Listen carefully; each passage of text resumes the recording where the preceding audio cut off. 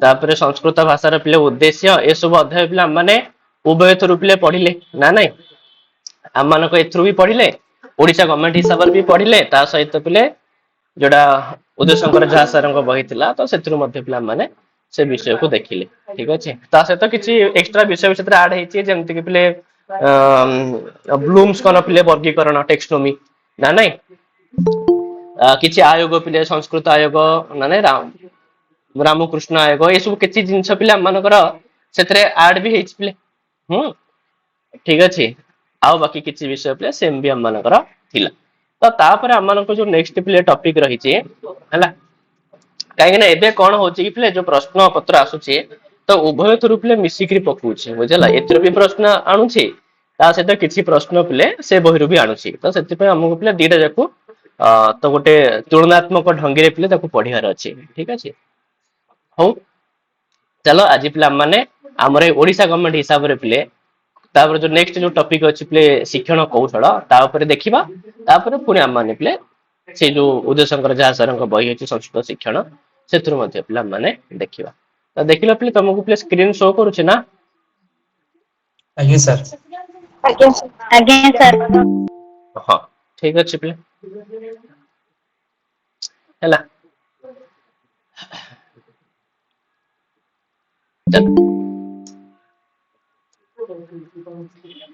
तो पिले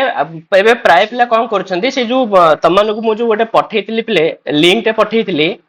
हला तो से लिंक तो समस्त पाखे अछि सेतरे पिले पूरा संस्कृत सब जगह विषय पिले रही छि पिले ठीक अछि आउ ताकू देखि कि प्राय पिला पिले बुक ऑर्डर पय मध्ये पेमेंट कर दोछंती तो एबे पिले के पेमेंट करने ठीक अछि जेति जण करतला मु ताकू सेत पैसा फेरी देछि काहे कि ना एबे पिले बही कोन होउछि हला जस्ट के मु कहि दोछि तापर पिला माने विषय विद्र को जिबा बही पिला हमर जोटा पूर्वरु जो कोचिंग रो नोट थिला तो सेटा केवल पिले प्रिंट आउट करके दिया जाउथला पिले जोचे केवल संस्कृत पार्ट रहउथला किंतु एबे सेटा को पिले कोन करा जायछि ना टिके डेवलप करा जायछि आ सेतरे पिले किछि जिंस को ऐड करा जायछि हला जेमति कि तमानको मेटी खाली टिके देखे दोछि हला जोथरे कि हमर से जो बहिर भी पिले ना भी चेंज कर दिया जायछि हला जार पिले बुक रो ना भी पिले संस्कृत मार्गदर्शनी बोली बहिर पिले ना कर दिया जायछि आ एटा कोन ना एटा गोटे पे टोटल गाइड तमन पय हे जिवो जोथरे कि हमनकर संस्कृत विषय सहित पिले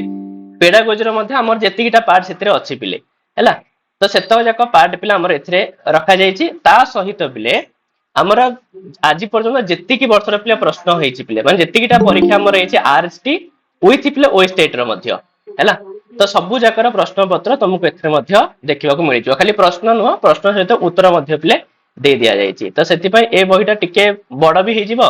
ठीक अछि पाखा पाखे 350 रु 400 पेज भितरे पिले बही हबो आउ ए बहिटा प्रिंटेड पय दिया जिवो आउ जो बहिरो कि पिले माने फ्रंट पेज मध्ये अलगा रहइबो माने प्रिंट हे आसीबनी पिले जेमति बही जेमति छपा होछि तो से टाइप रे पिले तुमको देखिबा को पिले मिलिबो जहार कवर पेज टा प्ले टाइप रे रहिबो हैला तो सेति पय एबे जो मान पेमेंट करूछ बा बही पय से मान एबे पिले करि न था ठीक अछि जते बेले बही पूरा कंप्लीट हे जिवो मु जणैबी तमनको तो एटा पिले बुक रो जो फ्रंट पेज पिले ए टाइप रही रहिबो हैला आ बही टिके बड़ साइज रहिबो माने A4 साइज रो रहिबो हैला किंतु गोटे पूरा पूरी परफेक्ट गाइड पिले हे जिवो आ ए बुक रो पिले प्राइस कि 400 रहिबो पिले प्राइस जो माने बही को पिले पूरी रो नबा पय चाहिबो से माने 420 देकी नै परिबो किन जो माने पोस्टल रे नबो से माने 400 आ प्लस पिले पोस्टल चार्ज 50 पिले 450 टका पिले बही रो एमतिका प्राइस रहिबो पिले आउ बही बहुत कम दिन भीतर हे जो मु फर्स्ट टाइम पे थाले तुम मु कोचिंग प्लान को प्लेटा जणै देछि हला तो जो माने चाहिबो एबे काली थारु पिले बुकिंग कर देई परिबो हला तो जेतु मु चाहू छी कि माने किछि बही पिले कोचिंग प्लान को पाखे सरी जाउ ता परे हम माने पिले बाहर को देखिबा कोन होछि कोन नै हला तो सेति पय एबे ए बुक पिले ओके देखिबनी एबे जोटा तो मनु कहली ए बुक ऊपर पिले वर्तमान चलिबो पिले हो ठीक अछि चला केमिति कोन बुकिंग करिवे तमे जो हमर ग्रुप रे तीनटा ही एडमिन अछंती ठीक अछि मोर अछि शुभम अछि दीपक अछि तमे ए तीनटा भितरु जे कोनसी काहा को पेमेंट करिकरी तमर पोस्टल एड्रेस हो कि ना तम जे पूरी रु नबो तले कहबो कि हम पूरी रु नेबी बोली ठीक अछि पूरी रु होइना केम दिन नबो पूरी रु पिले तम मानको खाली पूरी बोली कहि देओ पिले तापर तम मानको जोगाजोग करा जियो पूरी जो मान नबो से माने सदाशिव कैंपस टे के आसी करी पिले बुक नै परिबो हला आगे आ जो माने पूरी रु नबो से माने पेमेंट कला पर तळे मेंशन करथिबो कि मु पूरी रु ही नेबी बोली ठीक अछि पिले आ बाकी जो माने पूरी रु नाहंती बाहर अछंती से माने कहबो कि पोस्टल एड्रेस तांकर पिले सेंड करिवो हौ चलो आम माने पिले से विषय जहाँ डाउट हम पर्सनाली पिले कॉल करके बुझिबो आम माने चलो पिले विषय ऊपर पिले जिबा हैला ताहले पिले आम मानकु जो सेकंड टॉपिक रही संस्कृत शिक्षणस्य सुगमम कौशलम पिले हैला जोथरे कि आम मानकु पिले जो जेकोनसी पिले भाषा शिक्षण हो तो तांकर जो कौशल पिले रही तो चारोटी ही पिले मुख्य कौशल कौन कौन एल एस आर डब्ल्यू पिले हैला तो पिले श्रवण भाषण पठन लिखन आउ ये कौशल माने मध्य पिले परस्पर संगे पिले इंटरलिंक हेकि रछंती हैला काहे ना एथर पिले जो परीक्षा रे प्रश्न आसीतला कि सबुठारो माने कठिनतम कौशल कोउटा तो क्रमशः पिले हबो सबुठु सहज होउची पिले श्रवण ताठु टिके कष्ट होउची पिले भाषण ताठु टिके कष्ट होउची पिले पठन आ सबुठु अधिक कष्ट होउची पिले कोडा लिखन को अवश्य से प्रथम थर जो ओएसएससी पिले आंसर की काटितला सेतरे से कहतला श्रवण होउची सबुठारो पिले कठिनतम कौशल किनु भूल कथा पर भी सी पिले भूल मानिची ता पर भी जो रिवाइज रे आंसर की आछि तो लिखन बोली पिले मानिची एतरे पिले निहि संदेह कथा पिले एतरे कोन असुविधा अछि तो लिखन कौशल ही सबुठु पिले कष्टतम कौशल आहुरी मध्य पिले एमानक संगे आहुरी मध्य लिंक पिले केमिति रहिबो ना जणे उत्तम श्रोता उत्तम वक्ता हेइ परिबो जणे उत्तम वक्ता उत्तम पाठक भी हेइ परिबो बुझला बा एमिति त मन देख पिले एई जो दीटा जिंस परस्पर संगे पिले इंटरलिंक एई दीटा जिंस परस्पर संगे पिले इंटरलिंक जणे उत्तम श्रोता उत्तम वक्ता हेइ परिबो जणे उत्तम पाठक उत्तम लेखक भी हेइ परिबो काहे ना ए टाइप रो प्रश्न पिले बे पढितला थारे एई जो एई एलटीआर रे पिले परीक्षा रे प्रश्न भी आसीतला ना ना कि निम्नलिखित मध्यरु केउंटा ठीक बोली प्रश्न आसीतला पिले कि जोथरे कि ऑप्शन भी थिला कि जणे उत्तम पाठक उत्तम लेखक भी हेइ परिबो पिले ठीक अछि तो यांकर पिले ए मानक संगे संबंध रहिछि तले हम मान जानिले पिले कि हम मानक जो पिले भाषा कौशल पिले यदि पचारला पिले कि कति भाषा कौशलानी तले तुम माने कोन कहिबो पिले चतुआरी ठीक अछि पिले तो चतुआरी भाषा कौशलानी तो एई जो चारोटी कौशल पिले अछि एई चारोटी कौशल भितरु दीटा तो पिले अछि ग्रहणात्मक दीटा अछि पिले कोन ना अभिव्यक्त्यात्मक पिले देखो जेतेबेले आमे जनकुटु सुनुछे पिले वर्तमान मु किछि भी कहूछि पिले तम मन ना केवल रिसीव करूछ केवल ग्रहण करूछ पिले तम माने किछि भी कहू न पिले तम माने ग्रहण करूछ तले श्रवणटा होउछि पिले गोटे ग्रहणात्मक कौशल माने श्रवण द्वारा आमे किछि जिंस ग्रहण करिथाउ तो ठीक सेमितिका पिले जो पठन भी रहिछि पिले रीड तो पठन द्वारा मध्य आम माने किछि अभिव्यक्ति करि न थाउ पिले आम माने खाली कोन करिथाउ पढी गिरे से जो बही रे जहा सब ज्ञान थाए ताकू रिसीव करिथाउ से ज्ञान को पिले आम माने माइंड को आनी थाउ तले ये भी ग्रहण तले सेति पई पिले एई चारोटी भितरु दीटा होछि पिले ग्रहणात्मक कौशल दीटा होछि पिले ग्रहणात्मक कौशल आउ दीटा पिले कोन रहिला आउ दीटा द्वारा तमे पिले ग्रहण करनी तमे कोन कर अभिव्यक्ति करिथाओ ना नहीं माने तमे तमरा भाव को पिले प्रकट करिथाओ जेमति कि तुम मन रे मन कर किछि भावना पिले जात होछि तले तुमे से भावना को पिले केमिति प्रकाश करि परिबो ना कहिगिरी प्रकाश करि परिबो ना नहीं तुमर से भावना को पिले कहा आगे कहिगिरी तुमर से भावना को अभिव्यक्ति करि परिबो अभिव्यक्ति माने हला पिले प्रकाश करिबा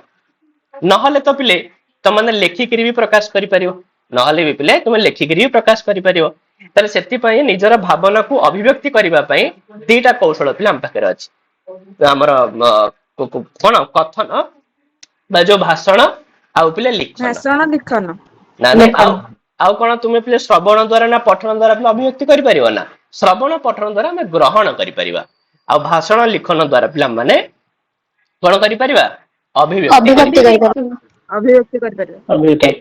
ये हैला पिले दीटा जिंस तापर आ गोटे कथा पिले आमे पिले सुनुछे आमे पिले कहूचे ठीक अछि पिले सुनिबा आउ कहिबा ए दीटा जिंस पिले मुख रे ही थाई पिले अरे सत कथा कोन पिले मुख रे ही थाई ना त माने सुनुछ पिले तो जो सुनुछ तो कहार पिले मुख निश्चित बाणी को ही तो सुनुछ ना आ कोन किछि लेखा हेतु जिंस को के सुने कि पिले ना तो शुणुच माने कहा मुख निश्रुत बाणी को तुम्हें शुणुच तुम आगे कि जड़े मुखरु किछि शब्द पिले प्रकाश करुछि आ तुम्हें तुमर से शब्द को पिले निजर कर्ण गह्वर भितर जो श्रवण इंद्रिय अछि तो से श्रवण इंद्रिय द्वारा तुम से जिंस को शुणुच तले ये जो शुणिबा बा जो श्रवण ये पिले गोटे प्रकार रे पिले मौखिक प्रणाली को प्रणाली पिले मौखिक प्रणाली ତ ଯେମିତି ଶ୍ରବଣ ପିଲେ ମୌଖିକ ପ୍ରଣାଳୀ ସେମିତି ଭାଷଣ ବି ପିଲେ ମୌଖିକ ପ୍ରଣାଳୀ। କାହିଁକି ନା ଭାଷଣରେ ବି ତ ପିଲେ କିଛି ଲେଖା ହେଇନଥାଏ ନା, ଭାଷଣରେ ବି ତମମାନେ କଣ କରିଥାଅ ନା କେବଳ ମୌଖିକ ହିଁ କହିଥାଅ। ତ ସେଥିପାଇଁ ଦିଟା କୌଶଳ ପିଲେ ମୌଖିକ ପ୍ରଣାଳୀ ଭିତରେ ଅନ୍ତର୍ଭୁକ୍ତ। ଆଉ ଦିଟା ଅଛନ୍ତି ପିଲେ ଯୋଉଟା ପଠନ ଆଉ ଲିଖନ। ଏ ଦିଟା ପିଲେ କଣ ନା ତୁମେ ଯାହା ବି ପଢୁଛ ପିଲେ ସେ ଜିନିଷଟା କଣ କିଏ କୁହେ କି ପିଲେ ସେ ଜିନିଷଟା କଣ ହେଇକିରି ଥାଏ, ଲେଖା ହେଇକିରି ଥାଏ। ଆରେ ଲେଖା ହଉଥାଏ। କୌଣସି ବହିରେ ପିଲେ ତମେ ବହିଟାକୁ ପଢୁଛ, ବହି କଣ ତମକୁ କହିକି ଶୁଣଉଛି ନା, ବହିରେ ଲେଖା ହେଇଛି ତମେ ସେଟାକୁ ପଢୁଛ ପିଲେ। ତ ସେଥିପାଇଁ ଇଏ ହଉଛି ଲିଖିତ ପ୍ରଣାଳୀ। ଆଉ ବାକି ଲେଖନ ତ ପିଲେ ଲିଖିତ ପ୍ରଣାଳୀ ହିଁ ମାନେ ଲେଖନ ମାନେ ତ ଆମକୁ ଲେଖିବାକୁ ହିଁ ପଡିବ। ତାହେଲେ ଦିଟା କୌଶଳ ପିଲେ ଆମର ମୌଖିକ ପ୍ରଣାଳୀ ଭିତରେ ଅନ୍ତର୍ଭୁକ୍ତ, ଆଉ ଦିଟା ପ୍ରଣାଳୀ ପିଲା ମାନଙ୍କର କୋଉଥିରେ ଲିଖନ ପ୍ରଣାଳୀ ଭିତରେ ପିଲେ ଅନ୍ତର୍ଭୁକ୍ତ। ଚାଲ ତ ସେଇ କଥା ପିଲେ ପରବର୍ତ୍ତୀ ଷ୍ଟେଜରେ ସେ କହିବ କି ପିଲେ ବିଦ୍ୟାର୍ଥୀ ମାନେ ପ୍ରଥମେ ସୁଗମ କୌଶଳ ସୁଗମ କୌଶଳ ମାନେ ହେଲା ସୁଗମ କୌଶଳ ସାର୍ କାହାକୁ କହିବା? ମାନେ ସୁଗମ କହିଲା, ସୁଗମର ମାନେ ହଉଛି ନା ଆମେ ଯୋଉ କହିଥାଉ ପିଲେ ତାହା ଆମ ପାଇଁ ଦୁର୍ଗମ ପଥ। ମାନେ କଣ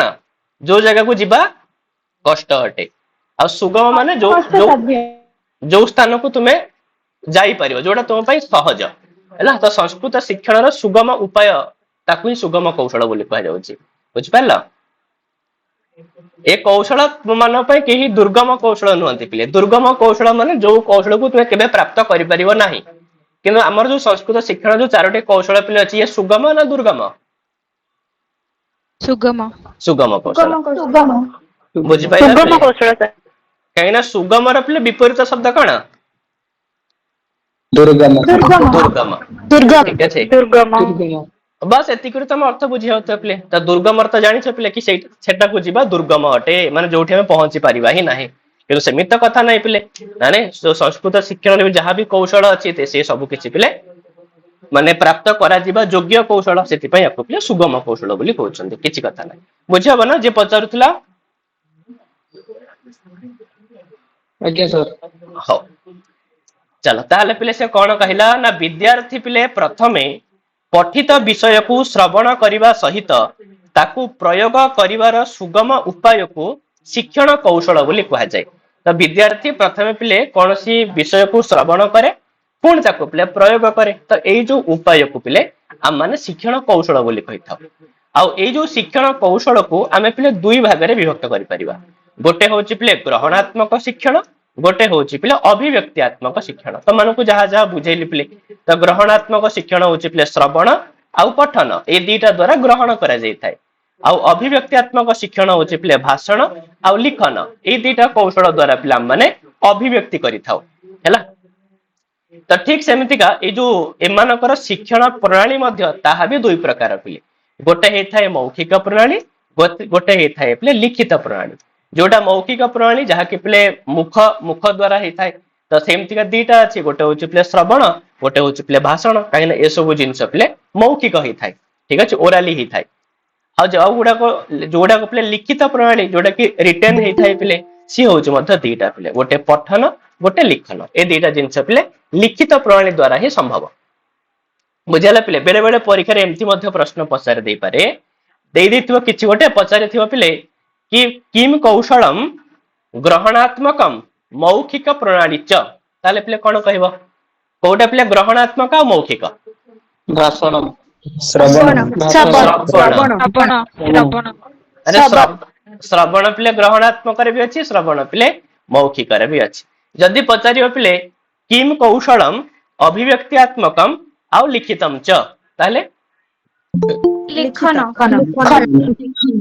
ଲିଖନ ପିଲେ ଲେଖନ। ହେଲା। ତ ଏ ଟାଇପ ର ମଧ୍ୟ ପିଲେ ମନେ ରଖିଥିବ, ଏସବୁ ପ୍ରଶ୍ନରେ ପିଲେ କେବେ ହେଲେ କନଫ୍ୟୁଜ ହବନି ପିଲେ, ଠିକ ଅଛି? ଟିକେ ଭାବି ଚିନ୍ତିକିରି କରିବ ହେଲା ପିଲେ। ତ ଇଏ ହେଇଗଲା ପିଲେ ଆମମାନଙ୍କର 4ଟି କୌଶଳ। ତ ବର୍ତ୍ତମାନ ପିଲେ ଯୋଉ ନେକ୍ସଟ ପିଲେ ଆମେ ମାନେ କଣ କରିବା ନା କୌଶଳ ପର୍ଟିକୁଲାର ଗୋଟିଏ ଗୋଟିଏ କୌଶଳ ବିଷୟରେ ପିଲେ ଆମେ ମାନେ ପଢିବା। ତାହେଲେ ପ୍ରଥମ କୌଶଳ ହଉଛି ପିଲେ ଶ୍ରବଣ କୌଶଳ ହେଲା। ତାହେଲେ ଶ୍ରବଣ କୌଶଳ ପିଲେ କାହାକୁ କୁହାଯାଏ ନା କହୁଛି କି କର୍ଣ୍ଣ ଦ୍ୱୟ ମାଧ୍ୟମରେ ଧ୍ୱନି ଗ୍ରହଣ ପ୍ରକ୍ରିୟାକୁ ଶ୍ରବଣ କୌଶଳ କୁହାଯାଏ। ତାହେଲେ ପିଲେ କର୍ଣ୍ଣ ଇନ୍ଦ୍ରିୟ ମାଧ୍ୟମରେ ପିଲେ ଆମେ ଯୋଉ ଧ୍ୱନି ଗ୍ରହଣ କରୁଛେ ନା, ତ ସେ ପ୍ରକ୍ରିୟାକୁ ପିଲେ ଶ୍ରବଣ କୌଶଳ ପିଲେ କୁହାଯାଇଥାଏ ହେଲା। अरे कर्ण माने पिले आम जहाँ कान बोली कहे सहीटा कर्ण नुह एक्चुअली कर्ण पिले कौटा जो मैंने तर्क संग्रह पढ़ी से जानी पिले कौटा प्रकृत में कर्ण अरे प्रकृत में कर्ण हूँ पिले कर्ण विवरवर्ती ये जो कर्ण कान भितर गोटे पिले होल टाइप अच्छी भितर गोटे इंद्रिय पिले अच्छी सहीटा हूँ एक्चुअली कर्ण पिले सी ही ध्वनि की ग्रहण करें आम जो माने बाहर जो आवरण पिले अच्छी ये कर्ण नुह कहीं जदि कर्ण होता यहाँ कटिगला कहीं शुणी पार ना शुणी तो पार्टी तो चलो से सब कथा किसी ना खाली नॉर्मल पिले मुझे कहीदेली कर्ण कहले कर्ण इंद्रिय पिले कर्ण इंद्रिय माध्यम ध्वनि ग्रहण प्रक्रिया को पिले ना श्रवण कौशल बोली कहुई आ जिते तुम मैंने किसी जिन शुणुछ तार पिले परवर्ती स्टेज हूँ पिले अर्थ अवबोधात्मिका शक्ति हाँ तो श्रवणर पिले परवर्ती प्रक्रिया हूँ कौन ना पिले अर्थ अवबोधात्मिका शक्ति तमाने पिले अर्थ बुझीवार शक्ति के आणुच पिले ना ना कहीं कौन सी जिन शुणिल मन कर जदि तुमर पिले से जिन शुणुछ बुझे पिले माने उदाहरण पिले कौन सी जिन तुम मैंने शुणुछ कि तार अर्थ को बुझी पारुन यार माने तुम श्रवण कौशल भितर ना हाँ तुम श्रवण कौशल पिले हो ना बुझेगा अर्थात श्रवण कौशल ताकू कह जो जिनस शुणिला से जिनस को बुझी पारुथवार शक्ति आम पाखे थी जेमिति कि ओडिया भाषा पिले ओडिया भाषा जदि किए कहूची आमर कान से पढ़ुची तेरे से जिनस को बुझीबार अर्थ अवबोधात्मक शक्ति आम पाखे अच्छी ताहले आमर पिले ओडिया भाषार श्रवण कौशल आम पार करि परिबा किंतु मनकर आम भितर कहीं भी पिले मनकर ठीक अच्छे मनकर माने उदाहरण पिले आम मैंने कहीं इंग्लीश जान ना ठीक अच्छे मनकर इंग्लीश किए आम आगे पिले किसी कहूब जिनस आम से भाषा शुणुवा आम कान ध्वनि पड़ुव किंतु सी पिले श्रवण कौशल भितर जीवनी कहीं ना से जिनस को बुझीबार जो अर्थ अवबोधात्मिका शक्ति ताहा आम पाखे ना तो से शुणिबार पिले जो परवर्ती स्टेप हूँ अर्थ अवबोधात्मिका शक्ति जदि रहिला ताहाले पिले आम कहीपर कि श्रवण कौशल ठीक ठाक होला तापर से कहूँ कि जितेबाला प्रायतः पिले कौन होता है ना पिले जितेबाला पठन पाठन कार्य चली थाए पढ़ा पढ़ेगा कार्य चली थाए से समय अनेक प्रकार पिले भ्रम भी देखा दे थाए हाँ जो भ्रम फल पिला मानकर श्रवण कौशल पिले बाधित हुए ताले से जो भ्रम पछरे पिले कौन कौन कारण रही तो पठन पाठन भितर पिले दी जन ही तो मुख्य आसुचंदी जने शिक्षक और जने छात्र तो सेतिपय किछि भ्रम पिले शिक्षक पटु भी होता है किछि भ्रम पिले छात्र मान पटु भी होता है ताले पिले जो भ्रम शिक्षक पटु पिले कौन कौन होता है ना पिले पारिपार्श्विक अवस्था माने से माने जो वातावरण कौन सी पिले आंचलिक प्रभाव ठीक अच्छे अथवा कौन सी बाह्य भाषार पिले प्रभाव अथवा शिक्षकों पिले शारीरिक अक्षमता अथवा शिक्षक पिले प्रशिक्षित हो नथिबे ट्रेंड हो नथिबे प्रशिक्षण पिले अभाव तो या द्वारा कौन होता है ना शिक्षक पिले ठीक भाव में कहि भी पारंतिनी पढ़े भी पारंतिनी जहाँ फल पिला मानकर पिले श्रवण कौशल बाधित होता है ताले पठन बा पाठन कार्य ए जो पिले कारण गुड़ाक कहगला पारिपार्श्विक अवस्था माने स्कूल पिले सिस्टम ठीक नथिबो मैनेजमेंट सिस्टम ठीक नथिबो तो शिक्षक से फसी रोथुवा पढ़ी पारु नथिबो बा शिक्षक जो कथार पिले आंचलिक भाषार प्रभाव रोथुवा अथवा शिक्षक पिले कौन सी माने बाहर स्टेट रहिथिबो तो बाह्य भाषार प्रभाव रही जाउथिबो अथवा शिक्षक पिले शारीरिक अक्षमता थिबो माने ठीक से शिक्षक कहि पारु नथिबो अथवा शिक्षक पिले ठीक भाव ट्रेंड है नथिबो तो ए सब जिनस पिले शिक्षकों पटु होता है पिले जोटा कि पिला मानकर जो पठन पाठन कार्य जो त्रुटि देखा दिए तो से त्रुटि पछरे पिले कारण आउ किछि कारण छात्र मानक पटु भी होता है तो किछि थान तो अज्ञानता कारण ना नहीं से माने बुझिया पई चेष्टा करंतिनी आउ किछि जगह पिला मानकर जो गार्डियन मानकर पिले नेग्लेक्ट से माने करंती अवहेला करंती तो सेति पई मध्य से मानकर पठन पाठन कार्य रे पिला हमकु बाधा देखिबा को पिले मिली थाए हैला तापर कौन कहूँ पिले तो से जिनस को आम माने जो श्रवण कौशल को पिले ताले विकास केमती करबा तो ता विकास र मत पिले उपाय हाँ कौन सर पाठन एवं पठन कार्य अनेक भ्रमर कारण थाए तो सेठी जदि पचारे केतोटी भ्रमर कारण थाए सेमिति पचारले हमें पांचटी दबा ना आउ किछि अछि सर नाइ नाइ सेमिति पचारिबन जे काहे ना एती कोन माने कंपलसरी कि आहुरी भी तो बहुत सारा कारण थाई पारे बुझौ छ ना नाही सेति पे ए टाइप रो प्रश्न आसीबनी हैला ए प्रश्न आसे भूल रहियो पिले ए प्रश्न आसे सर सर भ्रमर कारण गोटे କହିଥିବ ଯେ ମାନେ ଏମାନଙ୍କ ଭିତରୁ ଭ୍ରମର କାରଣ କୋଉଟା ହେଇପାରେ ମାନେ ଚାରଟା ଅପସନ ଭିତରୁ ଏମିତି ଦେଇଥାଏ ପାରେ हाँ सेमिति पुले प्रश्न आसी पारे देखो प्रश्न एम दे देथिबो कि मन कर हला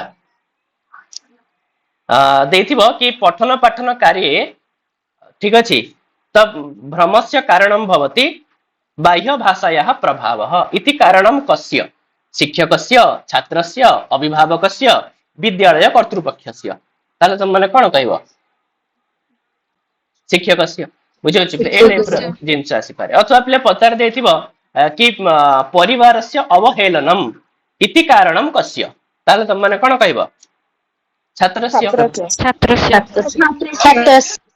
ठीक अछि पिले तापर वर्तमान जेहेतु पिले भ्रमर भी कारण कहिल तो सेति पय विकासर भी उपाय कहि दियो ताले आमे माने श्रवण कौशल को पिले केमिति डेवलप करि परिबा अच्छा श्रवण कौशल जो डेवलप हबो यार माने कोन श्रवण कौशल गोटे पिलर डेवलप यार माने पिले कोन एटे दे देछि पिले श्रवण कौशल विकास इज इक्वल टू श्रुत विषय यथार्थ ज्ञान लाभ हैला पिले श्रवण कौशल विकास माने होछि पिले कि श्रुत विषय यथार्थ ज्ञान लाभ तुमे जो जिंस सुनु छना तार पिले प्रकृत ज्ञान लाभ जदि करि परुछ ताहले तुमर जो श्रवण कौशल वेल डेवलप्ड बोली हम कहि परिबा ताले तुमर श्रवण कौशल उचित मात्रा रे पिले विकसित ना नै आउ पिले कोन हे परियो श्रवण कौशल विकास पिले आउ कोन हे परियो तो श्रवण कौशल विकास माने होछि कि सुनुथिबा विषय को भल भाबरे बुझी परिबा हैला तो सुनुथिबा विषय को भल भाबरे बुझी परिबा ताले एई जिंस को हम केमिति डेवलप करि परिबा पिले तो कोन कोन उपाय सब अछि तो उपाय कहूची पिले कि संस्कृत भाषार उच्चारण रे परिलक्षित शब्दावलीर पुनः पुनः निराकरण परिलक्षित पिले जो भ्रम हैला को संस्कृत भाषार पिले उच्चारण रे अनेक भ्रम पिले देखा देई थाए शब्दावली रे पिले ठीक अछि उच्चारण कला बेले पिले दीर्घ ह्रस्व अथवा पिले तालव्य सकार मूर्धन्य सकार दंत्य सकार हां एगुडाकर सब पिले कोन हे थाए पिले बेले बेले ठीक उच्चारण हेई पारे नाही ना ना विशेष कर हम ओडिया मानकर तो हेई पारे नाही पिले काहे ना हमर ऑलरेडी प्रभाव सेमति हेई जाईछि पिले ना नाही तो सेति पई सेगुडा को पिले यदि बारंबार पिले निराकरण करा जिवो ताहाले पिला मानकर श्रवण कौशल पिले विकास हेई परिवो ता सहित शिक्षकंकर शुद्ध उच्चारण तो गोटे शिक्षक ना शुद्ध भाबरे उच्चारण करियार अछि माने जेहेतु शिक्षकंकर जो वाचन पिले हेई थाए ता सबळ पई पिले को वाचन बोली ता कहै जाय आदर्श वाचन बोली कहा जाए माने आउ आदर्श माने होची पिले उदाहरण स्वरूप आदर्शर माने होची पिले कोन गोटे एग्जांपल आ जो जिंस आदर्श हबो से तो पिले जाहि ताई हेले हबो नाही आदर्श माने गोटे परफेक्ट जिंस हबार अछि आदर्श तो सेति पई जो शिक्षकंकर जहा भी से उच्चारण करूछंती ताहा पिले अत्यंत शुद्ध हबार अछि जी बुझियाला त जहा फळ रे पिला मानकर श्रवण कौशल पिले उचित विकास हेई परिबो आउ कोन पिले ना मानसिक भारसाम्यर सुरक्षा पिले हमर जो ना मानसिक भारसाम्य रहिछि पिले ताकू ठीक भाबरे बजाय रखिबा ना नै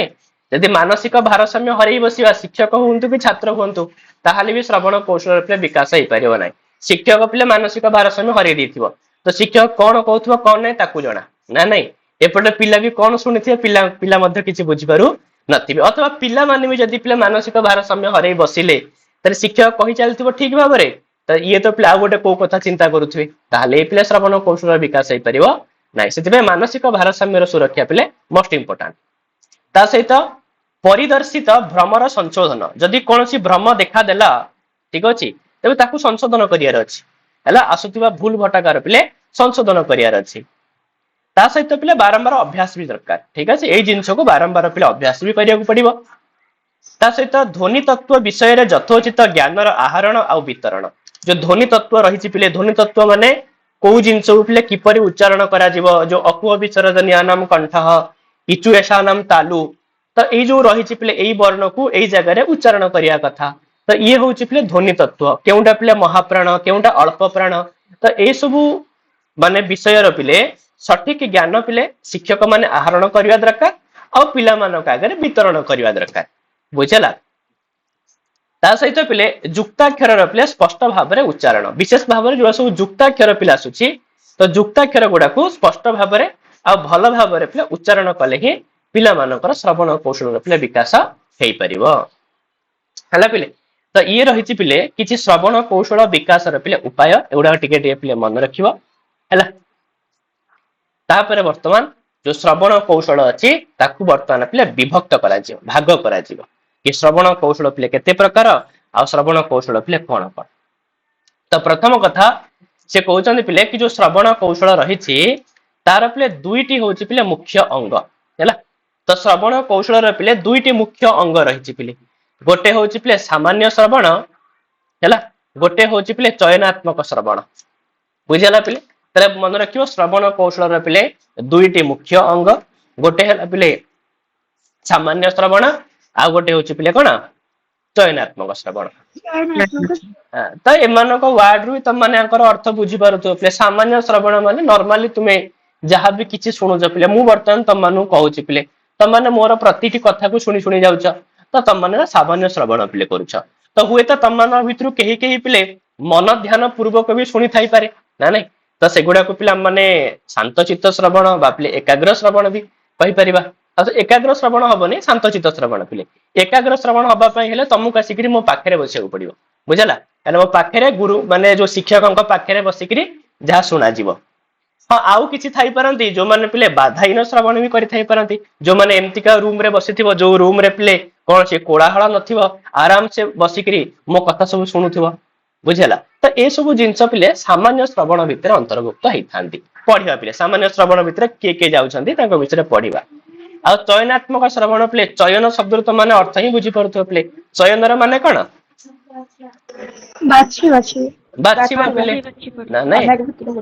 बाछिबा पिले। तो चयनात्मक श्रवण माने मु तो बहुत सारा जिंस कहूची किंतु तुम माने मोर सब कथा पिले सुनिबनी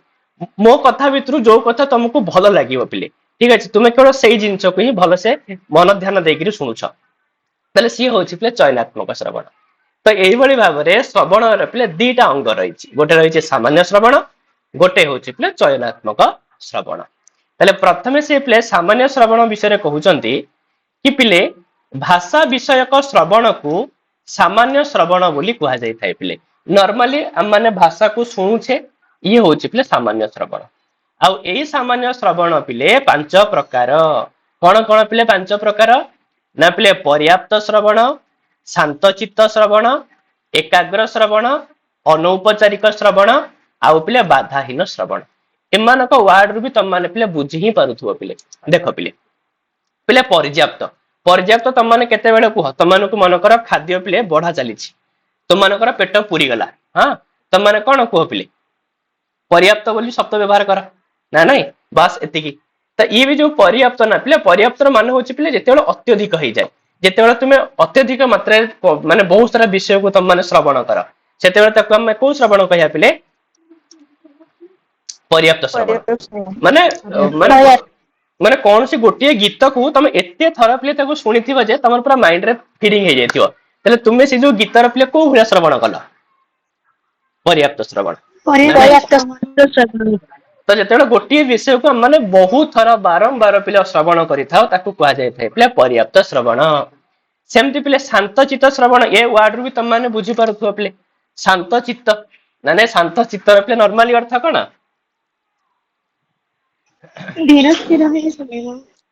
हाँ तो नॉर्मली पिले चित्त बा चित्त माने मन पिले तो मन को शांत करिकरी सुनिबा ना नहीं मन इंद्रिय ए सब को पिले शांत करिकरी संयत करिकरी तुम शुणुछ ताले ये हूँ पिले शांतचित्त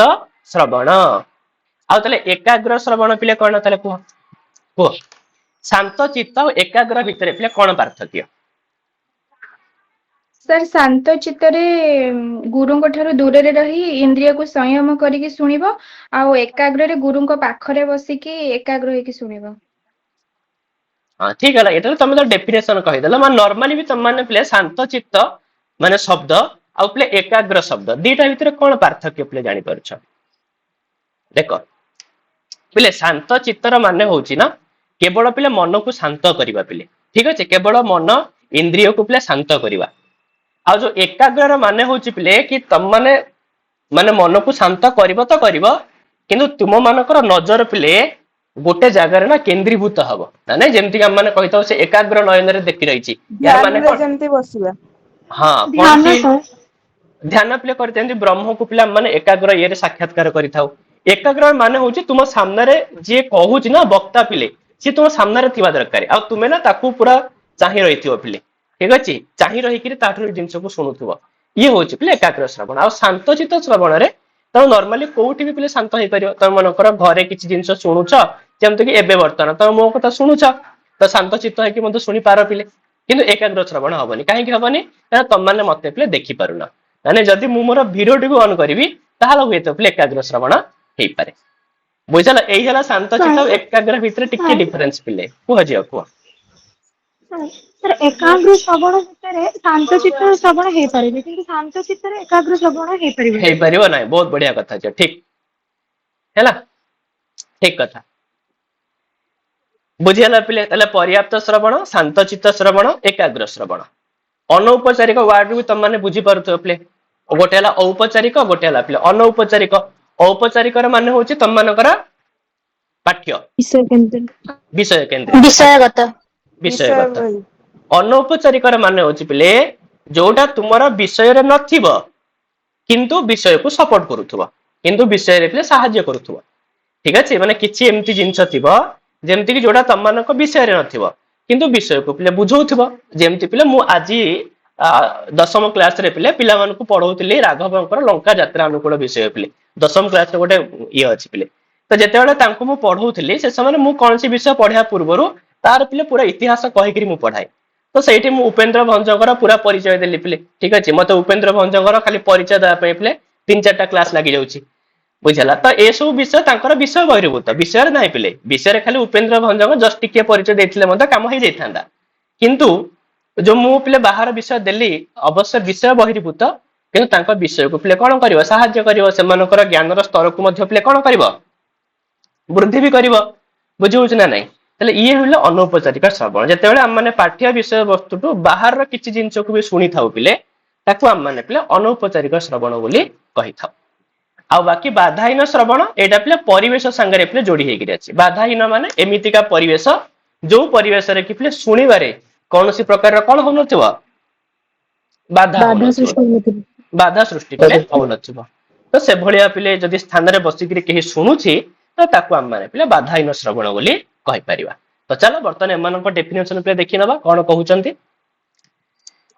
देखो से कहउचंती पिले प्रथमे कहउचंती पर्याप्त श्रवण तो गोटे विषय को पिले बहु बार बहुत थर पिले आ भल भाव रे जदि सुना गला तेबे ताको कहाजिबो पर्याप्त श्रवण आउ कहार किछि बुझियारे पिले असुविधा नै बुझि हेजिबो तने गोटे विषय को अनेक थर भल भाव रे जदि सुना गला ताको हम माने पर्याप्त श्रवण बोली कहि थाउ सेमति पिले शांत चित्त श्रवण जेतेबेले छात्र मन को धीर स्थिर करी श्रवण करूछि अथवा इंद्रिय को संयत करिकरी पाठ्य वस्तु प्रति एकाग्र रही करी शुणुछि पिले ये होछि पिले शांत चित्त श्रवण हला तो से कहूछि जो शांत चित्त श्रवण को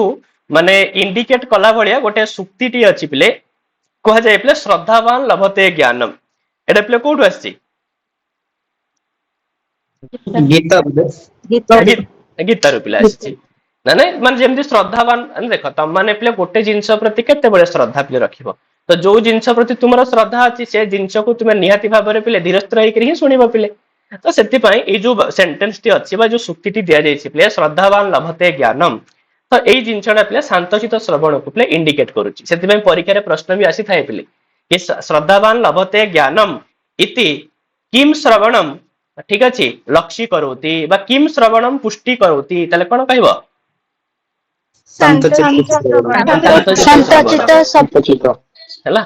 बा श्रद्धावान लभते ज्ञानम इति कस्मिन श्रवण संदर्भे उक्तम ताले पिले शांतचित्त श्रवण हैला तो ए टाइप रो प्रश्न मध्ये पिले आसी पारे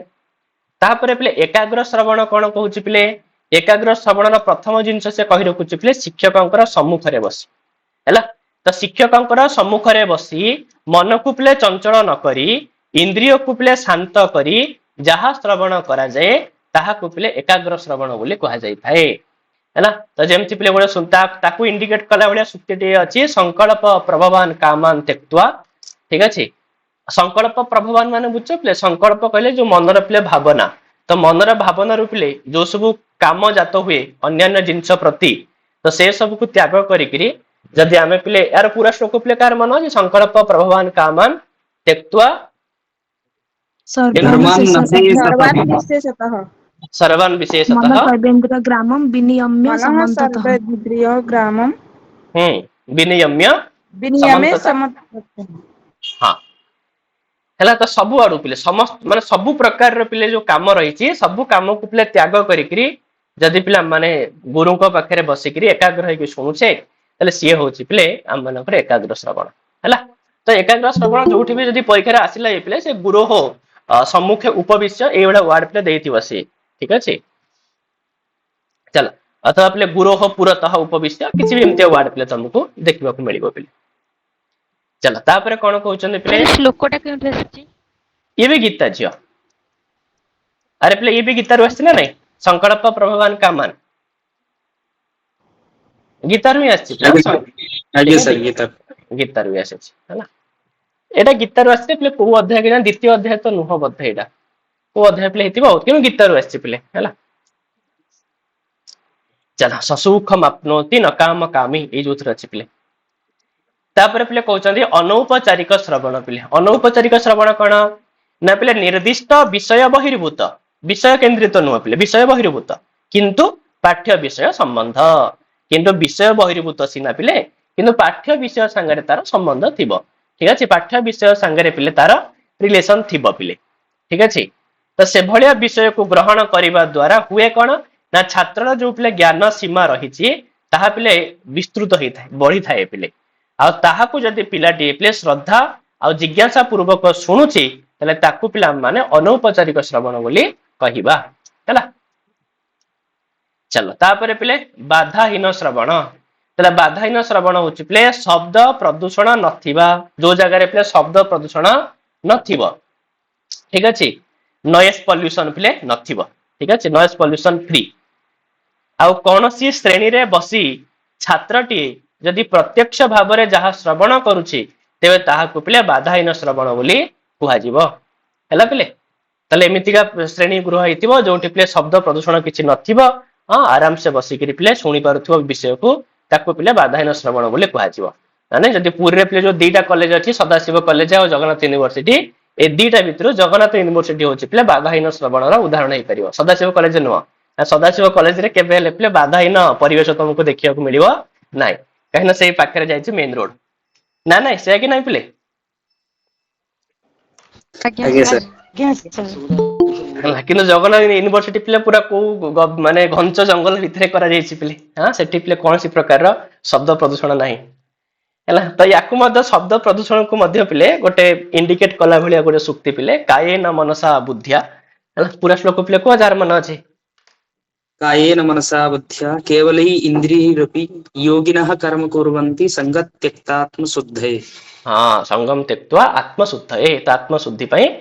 ଠିକ ଅଛି ଏମାନେ ସବୁ କିଛି ତ୍ୟାଗ କରିକିରି ପିଲେ କୌଣସି ଏକାନ୍ତରେ ଯାଇକିରି କର୍ମ କରୁବନ୍ତି ହଁ ସେଇଭଳି ଯୋଗୀ କର୍ମ ପିଲେ କରୁବନ୍ତି ହେଲା। ତ ଯୋଗୀ ଋଷି ମାନେ ଯୋଉ ପରିବେଶ ରହୁଛନ୍ତି ପିଲେ ସେଇ ପରିବେଶରେ ଯଦି ରହିକି ଆମେ ଶୁଣିବା ତେବେ ତାକୁ ଆମେ ମାନେ ବାଧାହୀନ ଶ୍ରବଣ ବୋଲି କହିବା। ସେଥିପାଇଁ ତିନିଟା ପିଲେ ରହିଲା ପିଲେ ଆମର ସୂକ୍ତି ଗୋଟେ ଶ୍ରଦ୍ଧାବାନ ଲଭତେ ଜ୍ଞାନମ ଯାହା ଇଣ୍ଡିକେଟ କରୁଛି ଶାନ୍ତଚିତ୍ତ ଶ୍ରବଣ ସଂକଳ୍ପ ପ୍ରଭବାନ କାମାଂଶ ତେକ୍ତୁଆ ପିଲେ ଏକାଗ୍ର ଶ୍ରବଣ ଆଉ କାୟେନ ମନସା ବୁଦ୍ଧ୍ୟା ଇଏ ହଉଛି ପିଲେ ବାଧାହୀନ ଶ୍ରବଣକୁ ପିଲେ ଇଣ୍ଡିକେଟ କରୁଛି ଏଇଟା ଇମ୍ପୋର୍ଟାଣ୍ଟ ପିଲେ ଟିକେ ମନେ ରଖିଥିବ। ଚାଲ ବର୍ତ୍ତମାନ ପିଲେ ଚୟନାତ୍ମକ ଶ୍ରବଣ ତାହେଲେ ଚୟନାତ୍ମକ ଶ୍ରବଣ ସେ କହୁଛି କି ପିଲେ ପାଠଦାନ ସମୟରେ ଯେତେବେଳେ ପଢା ହଉଛି ସେ ସମୟରେ ଶିକ୍ଷକଙ୍କର ମୁଖରୁ ଯାହା ବି କିଛି ଶୁଣୁଛନ୍ତି ସେମାନଙ୍କ ଭିତରୁ ତାର ମନପସନ୍ଦ ଶିକ୍ଷାକୁ ଯଦି ଛାତ୍ର ଗ୍ରହଣ କରୁଛି ତେବେ ତାକୁ କୁହାଯିବ ପିଲେ ଚୟନାତ୍ମକ ଶ୍ରବଣ ଠିକ ଅଛି। ଶିକ୍ଷକ ତ ପିଲା କହି ଚାଲିଥିବେ କିନ୍ତୁ ଶିକ୍ଷକ କହିବା ସମୟରେ ବାଛି ବାଛିକିରି ପିଲା ତାକୁ ଯୋଉଟା ଭଲ ଲାଗୁଥିବ ପିଲେ ଯଦି ସେଭଳିଆ ଜିନିଷକୁ ସେ ଶ୍ରବଣ କଲା ତାହେଲେ ତାକୁ ଆମେ ମାନେ କହିଥାଉ ପିଲେ ଚୟନାତ୍ମକ ଶ୍ରବଣ ପିଲେ। ତ ଯେମିତି ସାମାନ୍ୟ ଶ୍ରବଣ ପିଲେ 5 ପ୍ରକାର ସେମିତି ଚୟନାତ୍ମକ ଶ୍ରବଣ ମଧ୍ୟ ପିଲେ 5 ପ୍ରକାର। ତାହେଲେ କଣ କଣ ପିଲେ ନା ଗୋଟେ ହଉଛି ସମସ୍ୟାମୂଳକ ଶ୍ରବଣ ଗୋଟେ ହଉଛି ପିଲେ ନୂତନ ଶବ୍ଦ ଶ୍ରବଣ ଗୋଟେ ହଉଛି ପିଲେ ସରଞ୍ଚନା ପଦ ଶ୍ରବଣ ଗୋଟେ ହଉଛି ପିଲେ ବ୍ୟାକରଣ ରୂପ ଶ୍ରବଣ ଗୋଟେ ହଉଛି ପିଲେ ସନ୍ଦର୍ଭ ବାକ୍ୟ ଶ୍ରବଣ ପିଲେ ସମସ୍ୟାମୂଳକ ଶ୍ରବଣ ମାନେ କଣ ପିଲେ ବୁଝଛ କୁହ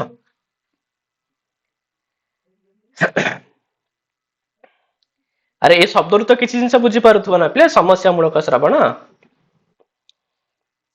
ଯଦି କୋଉ ଯୋଉଠି difficulty ଥିବ ଯୋଉ ନ ବୁଝିକି ଆନ୍ସର ଦବୁ। ହଁ ଯୋଉ ଜିନିଷ ସେ ପିଲେ ବୁଝି ପାରୁନଥିବ ସେଇ ଜିନିଷକୁ ସେ ପର୍ଟିକୁଲାର ପିଲେ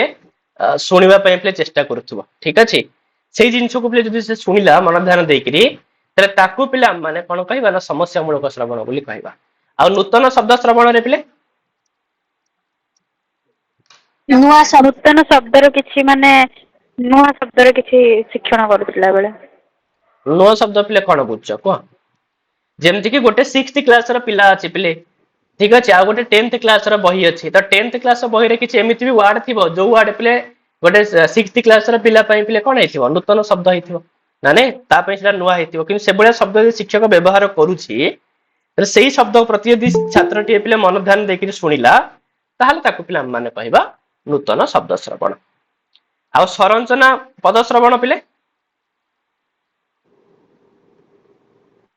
କୁହ? ଆରେ କୌଣସି ପଦର ପିଲେ ସରଞ୍ଚନାକୁ ବୁଝିବା, ଠିକ ଅଛି, ଏଇ ପଦ କିପରି ପିଲେ ବ୍ୟବହାର ହଉଛି ତାର ସରଞ୍ଚନାକୁ ବୁଝିବା ଆଉ ତାକୁ ସେଇଭଳି ଭାବରେ ପିଲେ ପ୍ରୟୋଗ କରିବା ହେଲା ଆବଶ୍ୟକ ସ୍ଥଳରେ। ତାହେଲେ ତାକୁ ଆମ ମାନେ ମାନେ କଣ କହିଲ ଝିଅ?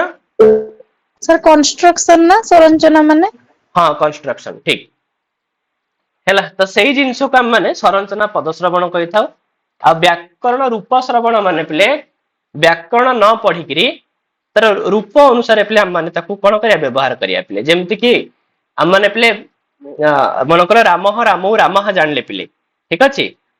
ତ ସେଇ ଜିନିଷକୁ ପିଲେ ଯେତେବେଳେ ମାନେ ବୃକ୍ଷ ଶବ୍ଦ କରିବା ତ ଆମେ କହିପାରିବା କି ରାମ ଶବ୍ଦ ଯେମିତି ହଉଛି ବୃକ୍ଷ ଶବ୍ଦ ବି ଠିକ ହବ। ତମେ ଯଦି ରାମ ଶବ୍ଦକୁ ଭଲସେ ଶୁଣୁଛ ତାହେଲେ ବୃକ୍ଷ ଶବ୍ଦ ବି ପିଲେ ଠିକ ସେଇଭଳିଆ ହବ। ତ ଏଠି ସେମାନଙ୍କୁ ବ୍ୟାକରଣ ନ ପଢେଇକିରି ପିଲେ ରୂପ ଅନୁସାରେ ତାଙ୍କୁ ଶୁଣେଇବା, ଇଏ ହଉଛି ପିଲେ ବ୍ୟାକରଣ ରୂପ ଶ୍ରବଣ। ଆଉ ଟିକେ ଭଲସେ ଡେସକ୍ରାଇବ କରିଥିବ ପିଲା ଆଗକୁ ଆମେ ଦେଖିବା, ଖାଲି ଏବେ ଓଭରଅଲ ଟିକେ ବୁଝିଯାଅ ପିଲେ। ଆଉ ଯୋଉଟା ପିଲେ ସନ୍ଦର୍ଭ ବାକ୍ୟ ଶ୍ରବଣ, ସନ୍ଦର୍ଭ ବାକ୍ୟର ମାନେ ହଉଛି ପିଲେ ସୁକ୍ତି। ସନ୍ଦର୍ଭ ବାକ୍ୟର ମାନେ ହଉଛି କଣ ପିଲେ? ସୁକ୍ତି ପିଲେ ହେଲା। ସୁକ୍ତି ତ ସୁକ୍ତି ଯେମିତି କି ପିଲେ କିଛି ପିଲାମାନଙ୍କୁ ବଡ ଆଗ୍ରହ ଥାଏ ପିଲେ ଯଦି ଶିକ୍ଷକ କ୍ଲାସ ରେ ଏମିତି କିଛି କିଛି ସୁକ୍ତି କହିଦିଅନ୍ତି ବା କିଛି କିଛି ଡାଇଲଗ କହିଦିଅନ୍ତି ନା ନାଇଁ, ତ ସେଗୁଡାକ ଶୁଣିବା ପାଇଁ ବଡ ଆଗ୍ରହ ଥାଏ। ଯଦି ସେଗୁଡାକୁ ସେ ଶୁଣୁଛି ସେଗୁଡା ସୁକ୍ତି କି ସେ ଶୁଣୁଛି ତେବେ ତାକୁ କୁହାଯିବ ପିଲେ ସନ୍ଦର୍ଭ ବାକ୍ୟ ଶ୍ରବଣ। ଚାଲ ବର୍ତ୍ତମାନ ପିଲେ ଆକୁ ଆଉ ଟିକେ ଭଲସେ ଡେସକ୍ରାଇବ କରିବା କେମିତି କଣ ପିଲେ ଦେଇଛନ୍ତି। ସମସ୍ୟା ମୂଳକ ଶ୍ରବଣ ମାନେ ଯୋଉ ବିଷୟରେ ତାକୁ ପିଲେ ବୁଝିବା ପାଇଁ କଷ୍ଟ। ମୁଁ ସେ କଥା କହିଲି ପିଲେ କି ପାଠ୍ୟ ବସ୍ତୁର କିଛି ଅଂଶ ଥାଏ ଯାହାକି ପିଲା ପାଇଁ ଦୁର୍ବୋଧ୍ୟ, ମାନେ ପିଲା ସହଜରେ ବୁଝିପାରେ ନାହିଁ। ଦୁର୍ବୋଧ୍ୟର ମାନେ ହେଲା ପିଲେ ଯାହା ସହଜରେ ବୁଝିପାରେ ନାହିଁ, ଠିକ ଅଛି, ବୁଝିପାରେ ନାହିଁ ପିଲେ ନୁହଁ, ସହଜରେ ବୁଝିପାରେ ନାହିଁ। ପାଠ୍ୟ ବସ୍ତୁର ପିଲେ କିଛି ଅଂଶ ଯାହାକୁ କି ପିଲା ପିଲେ ସହଜରେ ବୁଝିପାରେନି, ଯଦି ସେଇଭଳିଆ ଅଂଶକୁ ସେ ପିଲା ମନୋଯୋଗ ଦେଇକିରି ଶୁଣୁଛି ତାହେଲେ ତାକୁ ପିଲେ ସମସ୍ୟା ମୂଳକ ଶ୍ରବଣ କୁହାଯିବ। ଯେମିତି ଶିକ୍ଷକଟିଏ ଆସିଲେ ବହୁତ ସାରା ପିଲେ ବିଷୟ ପଢେଇ ପଢେଇ ପଢେଇ ପଢେଇ ଗଲେ, ତ ଛାତ୍ର ପିଲେ ସବୁ ଜିନିଷ ଶୁଣିବନି। ଛାତ୍ର ଏଗୁଡା ତ ବୁଝିପାରୁଛି ତ ସେଗୁଡା ସେ ଶୁଣିବନି। ସେ କଣ କରିବ ନା ଯୋଉ ଜାଗା ଯୋଉ ପଏଣ୍ଟରେ ପିଲେ ତାକୁ ବୁଝିବା ପାଇଁ କଷ୍ଟ ହଉଛି ପର୍ଟିକୁଲାର ସେଇ ପଏଣ୍ଟକୁ ସେ ପିଲେ କଣ କରିବ ମନ ଧ୍ୟାନ ଦେଇକିରି ଶୁଣିଲା, ହେଲେ ତାକୁ କୁହାଯିବ ପିଲେ ସମସ୍ୟା ମୂଳକ ଶ୍ରବଣ। ଆଉ ସେମିତି ପିଲେ ନୂତନ ଶବ୍ଦ ଶ୍ରବଣ କଣ ନା ଉଚ୍ଚ ଶ୍ରେଣୀରେ ଆଗତ ନୂତନ ଶବ୍ଦାବଳୀ ଦୁର୍ବୋଧ୍ୟ ବା ବ୍ୟବହାର ପାଇଁ କଷ୍ଟସାଧ୍ୟ ହେଲେ ତାହାକୁ ଅତ୍ୟଧିକ ଆବେଗର ସହିତ ଶୁଣିବା। ଆବେଗ ମାନେ ପିଲେ ମନୋଯୋଗ ପୂର୍ବକ ଶୁଣିବା। ଯେମିତି ତମମାନଙ୍କୁ ଏକ୍ସାମ୍ପଲ ପାଇଁ ମୁଁ କହିଲି ପିଲେ କି 10th କ୍ଲାସରେ କୌଣସି ଶବ୍ଦ ବ୍ୟବହାର କରାଯିବା କଥା କିନ୍ତୁ ସେଇ ଶବ୍ଦ ଯଦି 6th କ୍ଲାସରେ ବି ଆସି ଯାଉଛି ତ ପିଲା ପାଇଁ ତାହା କଷ୍ଟ ହେଇଯିବ ବୁଝିବା ପାଇଁ। ତ ପର୍ଟିକୁଲାର ସେଇ ଶବ୍ଦଟିକୁ ପିଲେ ଯଦି ପିଲା ମନ ଧ୍ୟାନ ଦେଇକି ଶୁଣୁଛି ତାହେଲେ ତାକୁ ପିଲା ମାନେ କଣ କହିବା ନୂତନ ଶବ୍ଦ ଶ୍ରବଣ। ଆଉ ପିଲେ ସରଞ୍ଚନା ପଦ ଶ୍ରବଣ କଣ ନା ଜ୍ଞାତ ପଦ ଗୁଡିକର ବ୍ୟବହାର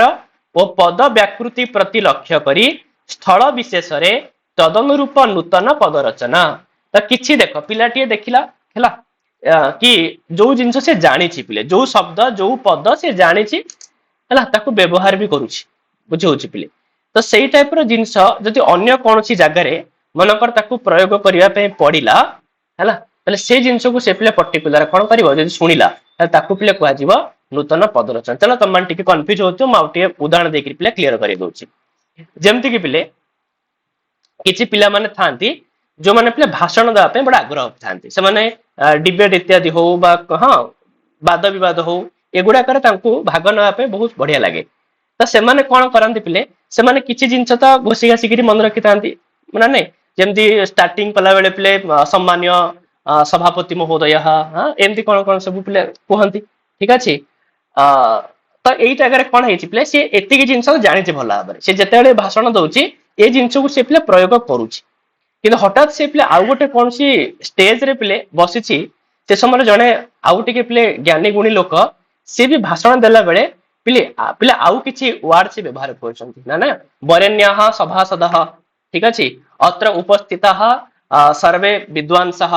ବୁଝିହଉଛି ପିଲେ ତ ଏ ଟାଇପ ର କିଛି ୱାର୍ଡ ସେ ବ୍ୟବହାର କରୁଛି ଅର୍ଥାତ ସିଏ ପିଲା ଜାଣିଛି କି ଷ୍ଟାର୍ଟିଂ ରୁ ସବୁବେଳେ ପାଇଁ ପିଲେ ସମ୍ମାନ ଅର୍ଥରେ ଏ ସବୁ ଜିନିଷ ବ୍ୟବହାର କରାଯାଏ ତାହେଲେ ଏଠି ବି ଯୋଉ ସେ ଯୋଉ ମହାଶୟ ଜଣକ ଯୋଉ କଥା କହିଲେ ତ ସେଗୁଡାକ ମଧ୍ୟ ପିଲେ ଷ୍ଟାର୍ଟିଂ ରେ କୁହାଯିବା ଜିନିଷ ତ ସେଇ ଜିନିଷ ପ୍ରତି ଯଦି ସେ ପିଲେ କଣ କଲା ନା ଶିଖିଲା ସେ ଜିନିଷକୁ ଭଲସେ ଶୁଣିଲା ଆଉ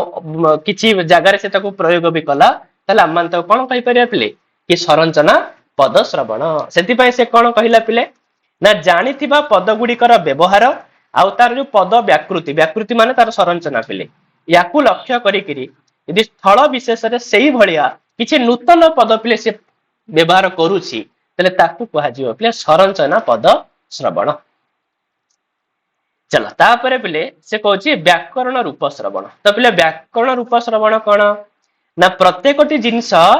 ବ୍ୟାକରଣ ନିୟମ ଅନୁସାରେ ସାଧନ ନ କରିକିରି ନରହ ବୃକ୍ଷ ମୃଗ ଇତ୍ୟାଦି ଏକ ରୂପ ତାର ସୂତ୍ରକୁ ଗୁରୁ ମୁଖରୁ ଶ୍ରବଣ କରି ପ୍ରୟୋଗ କରିବା ହଉଛି ପିଲେ ବ୍ୟାକରଣ ରୂପ ଶ୍ରବଣ ଯେମିତିକି ଶିକ୍ଷକ ପିଲେ ଥରେ ଶିଖେଇଥିଲେ କି ରାମ ରୂପ ପିଲେ କେମିତି ସିଦ୍ଧ ହଉଛି ନା ରାମ ପ୍ଲସ ପ୍ରଥମ ବ୍ୟକ୍ତି ଏକ ବଚନରେ ସୁ ଆସୁଛି ସୁର ପିଲେ ହର୍ଷ ଲୋପ ହେଇଯାଉଛି ଉପଦେଶ ଅଜନ୍ନାସିକ ଇତି ସ ଜାଗାରେ ରୁ ହଉଛି ପିଲେ ସସଦୃଶ ରୁହୁ ରୁର ବି ଉ ଲୋପ ହଉଛି ପିଲେ ଉପଦେଶ ଅଜନ୍ନାସିକ ଇତି ର ପିଲେ ବିସର୍ଗ ହଉଛି ଖରବ ସାନରେ ବିସର୍ଜନୀୟ ତ ଏମିତି କି ରାମ ହେଇତି ରୂପମ ସିଦ୍ଧମ ରାମ ରୂପ ପିଲେ ସିଦ୍ଧ ହଉଛି ତ ଏମିତି କରିକି ସେ ପିଲେ ରାମ ପୁରା ରାମେଶୁ ପର୍ଯ୍ୟନ୍ତ ପିଲେ ରୂପ ସେ ସିଦ୍ଧି କରିଦେଲେ ଏ ଗୋଟିଏ ହିଁ ସେ ସିଦ୍ଧି କରିବେ ତାପରେ ପିଲାକୁ କହିବେ ଏ ରୂପ ସବୁ ଯେମିତି ହେଲା ଠିକ ଅଛି ତ ସବୁ କିଛିକୁ ନିୟମ ଅନୁସାରେ ସିଦ୍ଧି କରିବା ଦରକାର ନାହିଁ ଏ ରାମ ରୂପ ଯେମିତି ହେଲା ନରହ ରୂପ ବି ସେମିତି ହବ ବୃକ୍ଷ ରୂପ ବି ସେମିତି ହବ ମୃଗ ରୂପ ବି ସେମିତି ହବ ଏଇ ଯୋଉ ଏକ ରୂପତା ପିଲେ ଏ ସବୁ ପିଲେ ଗୋଟିଏ ରୂପରେ ହିଁ ଚାଲିବେ ନା ତ ଏଇ ଜିନିଷକୁ ଯଦି ପିଲେ ଗୋଟେ ପିଲା ଶ୍ରବଣ କରୁଛି ଜାଣୁଛି ତାହେଲେ ତାକୁ ପିଲା ମାନେ କଣ କହିବା ବ୍ୟାକରଣ ରୂପ ଶ୍ରବଣ ବୋଲି କହିଥାଉ ପିଲେ ହେଲା ଆଉ ଗୋଟେ ସେମିତି ପିଲେ ସନ୍ଧର ବାକ୍ୟ ଶ୍ରବଣ ଏଇଟା ବଡ ସହଜ କିଛି ଅସୁବିଧା ନାହିଁ କୌଣସି ବିଷୟବସ୍ତୁ ପଢାଯିବା ସମୟରେ ପିଲେ ଯଦି ଶିକ୍ଷକଙ୍କ ଦ୍ଵାରା ପ୍ରୟୋଗ କରାଯାଇଥିବା ଶ୍ଲୋକ ବା ଆପ୍ତ ବାକ୍ୟ ଗୁଡିକର ଶ୍ରବଣ ତ ବିଷୟ ପଢା ଚାଲିଛି ଶିକ୍ଷକ ପିଲେ ହଠାତ୍ କିଛି ଗୋଟେ ଆପ୍ତ ବାକ୍ୟ କହିଦେଲେ ପିଲେ ସତ୍ୟମେବ ଜୟତେ ବିଦ୍ୟୟାମୃତମ ସ୍ମୃତେ ଠିକ ଅଛି ମା ବୃଦ୍ଧ କଶ୍ୟସୁତ୍ ଧନମ ତ ଏ ଟାଇପ ର କିଛି ଆପ୍ତ ବାକ୍ୟ ପିଲେ ପ୍ରୟୋଗ କରିଦେଲେ ମନେକର ନା ନାଇଁ ତାହେଲେ ଏଗୁଡାକ କିଛି କିଛି ପିଲା ଥାଆନ୍ତି ପିଲେ ମୋ ଭଳିଆ ନା ନାଇଁ ବିଶେଷ କରି ଆଉ କିଛି ଶୁଣିବେନି ସିନା କିନ୍ତୁ ଆପ୍ତ ବାକ୍ୟ ଆସିଲା ମାନେ ମନ ଧ୍ୟାନ ଦେଇକି ଶୁଣନ୍ତି ବି ଆଉ ଖାତାରେ ଲେଖନ୍ତି ବି ହେଲା ତାହେଲେ ପିଲେ ସିଏ ଯୋଉ ଶ୍ରବଣ କଲା ତାହେଲେ ତାକୁ ଆମେ କୋଉ ଶ୍ରବଣ କହିବା ସନ୍ଦର୍ଭ ବାକ୍ୟ ସନ୍ଦର୍ଭ ବାକ୍ୟ ଶ୍ରବଣ ତାକୁ ପିଲେ କୁହାଯାଇଥାଏ ତ ଏମିତି ପିଲେ ଆମ ମାନଙ୍କର ଯୋଉ ହେଲା ଶ୍ରବଣ କୌଶଳ ଯାହାକୁ କି ଆମ ମାନେ ତାର ପିଲେ ମୁଖ୍ୟତଃ ଦିଟା ଅଙ୍ଗ ବିଷୟରେ ଜାଣିଲେ ଗୋଟେ ଅଙ୍ଗ ପିଲା ଆମର ସାମାନ୍ୟ ଶ୍ରବଣ ଆଉ ଗୋଟେ ଅଙ୍ଗ ହଉଛି ପିଲେ ଚୟନାତ୍ମକ ଶ୍ରବଣ ସାମାନ୍ୟ ଶ୍ରବଣର ପିଲେ 5ଟି ଭେଦ ରହିଲା କଣ କଣ 5ଟି ଭେଦ ପିଲେ ପର୍ଯ୍ୟାପ୍ତ ଶାନ୍ତଚିତ୍ତ ଏକାଗ୍ର ଅନୌପଚାରିକ ବାଧାହୀନ ଅନୌପଚାରିକ ବାଧାହୀନ ଆଉ ତା ଭିତରେ ପିଲେ 3ଟା ଆମର ସୂକ୍ତି ଆସିଥିଲା ଆମର ଗୋଟେ ଆସିଥିଲା ପିଲେ ଶ୍ରଦ୍ଧାବାନ ଲଭତେ ଜ୍ଞାନମ ଯାହାକି ଇଣ୍ଡିକେଟ କରୁଥିଲା ପିଲେ କାହାକୁ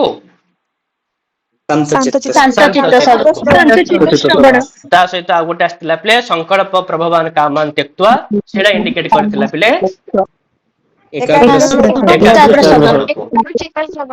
ଆଉ ଗୋଟେ ଆସିଥିଲା ପିଲେ କାୟେନ ମନସା ବୁଦ୍ଧିଆ ଇଏ ଥିଲା ପିଲେ କଣ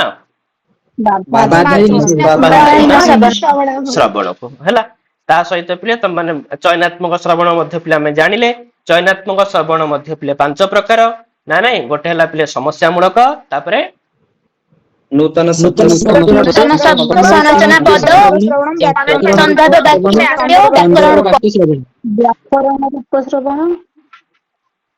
ହଁ ବ୍ୟାକରଣ ରୂପ ଶ୍ରବଣ ସନ୍ଦର୍ଭ ବାକ୍ୟ ଶ୍ରବଣ ସାର୍ ଆପ୍ତ ବାକ୍ୟ ମାନେ କଣ ସେଟା ଆଉ ଥରେ ଟିକେ କହିବେ ଆପ୍ତ ବାକ୍ୟର ମାନେ ହଉଛି ଆପ୍ତ ମାନେ ଯୋଉଟା ସବୁ ବୈଦିକ ବାକ୍ୟ ବୁଝଛ ତାକୁ ଆପ୍ତ ବାକ୍ୟ ବୋଲି କୁହାଯାଏ ହଁ ଶ୍ରୁତି ବାକ୍ୟ ଗୁଡାକ ତାକୁ ଆପ୍ତ ବାକ୍ୟ କୁହାଯାଏ ହଁ ଯେମିତି ମୁଁ କହିଲି ନା ସତ୍ୟମେବ ଜୟତେ ବିଦ୍ୟୟାମୃତମ ସ୍ମୃତେ एगुड़ाक हूँ आप्त वाक्य जोड़ा ऋषि मान द्वारा कहुई जोड़ा सब वेदरे कहुई बुझेगा। सर ଆଜ୍ଞା ସାର୍ व्याकरण ସେଇଟା ଆଉ ଥରେ କୁହନ୍ତୁ। हाँ व्याकरण रूप श्रवण है झील कि व्याकरण को न जानिकी तार रूप अनुसार झील किसी प्रयोग करवा जेमती आम गोटे पिला को ना कौन से गोटे शब्द रूप शिखेदेले कि राम शब्द रूप केमी सिद्धि होची जमी तुमको उदाहरण देली मो पिले बुझला तो राम रूप पिला को शिखेदेला अन्य जो गुड़ा सब राम परिका हम सेगुड़ाक ना पिला को आम शुणेबा कि केमी राम परिका होमती राम रामो राम सेमती वृक्ष वृक्षौ वृक्षा बुझाऊँ ये जिनस को आम जो शुणेबा ये जिनस को जो पिला शुणिला व्याकरण नियम को स्किप करके रूप को केवल शुणिला आम झ कौन कह व्याकरण रूप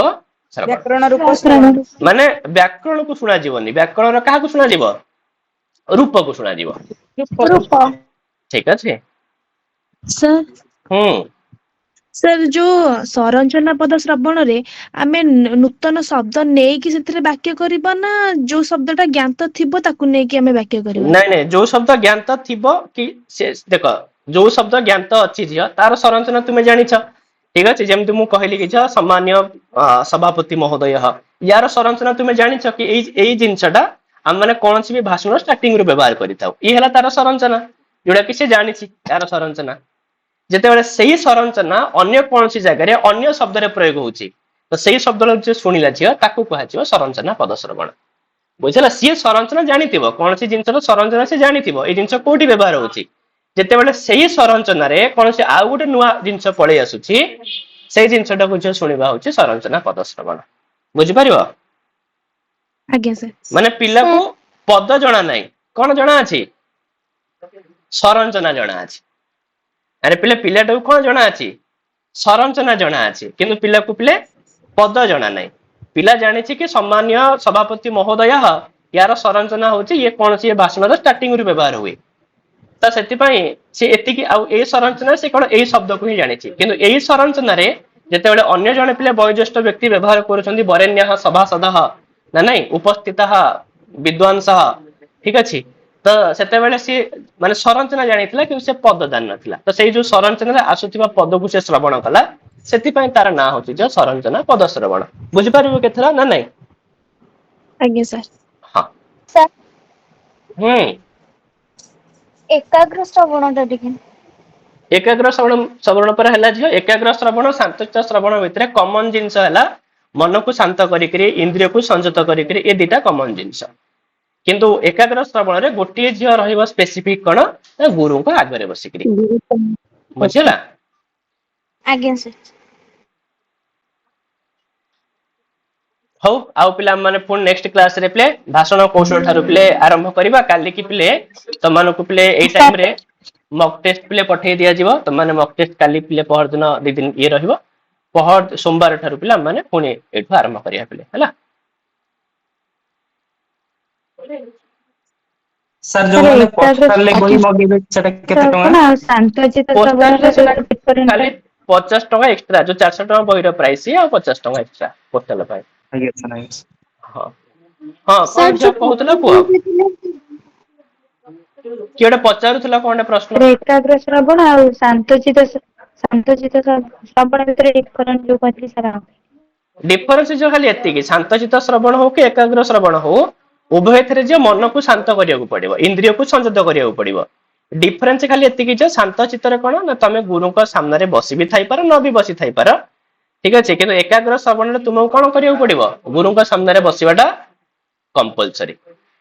हैला एकाग्र श्रवण रे गुरु को सामने रे निहत भाबरे बसीबार अछि बुझियबटी सर सर बही केबे सुनिबो बही बही पिले हेई जीव यथा शीघ्र आमे ताको कारण एते सारा बही छपिया हबो ना पिले एते तो टिके टाइम लागियो किंतु हेई जीव पिले ठीक अछि तो तम माने एबे नाम देई दिथाओ ते बही आसु आसु प्रथमे पोस्टल कर दिया जीव जो मानकर नाम फास्ट थिबो हैला तापरे हम ये करबा हो पिले ठीक अछि हम फोन पिले काली की तो नहीं पिले सोमवार दिन देखिबा काली की तम मानकर पिले एई टाइम रे मॉक टेस्ट रहिबो हैला जो एई माने जो प्रथम जहा जहा पिले पढिथिले सेगुडा को पिले मॉक टेस्ट रे आसीबो ठीक अछि से विषय आउथरे तम मान टिके आजि पढि दियो पिले हो पिले ठीक अछि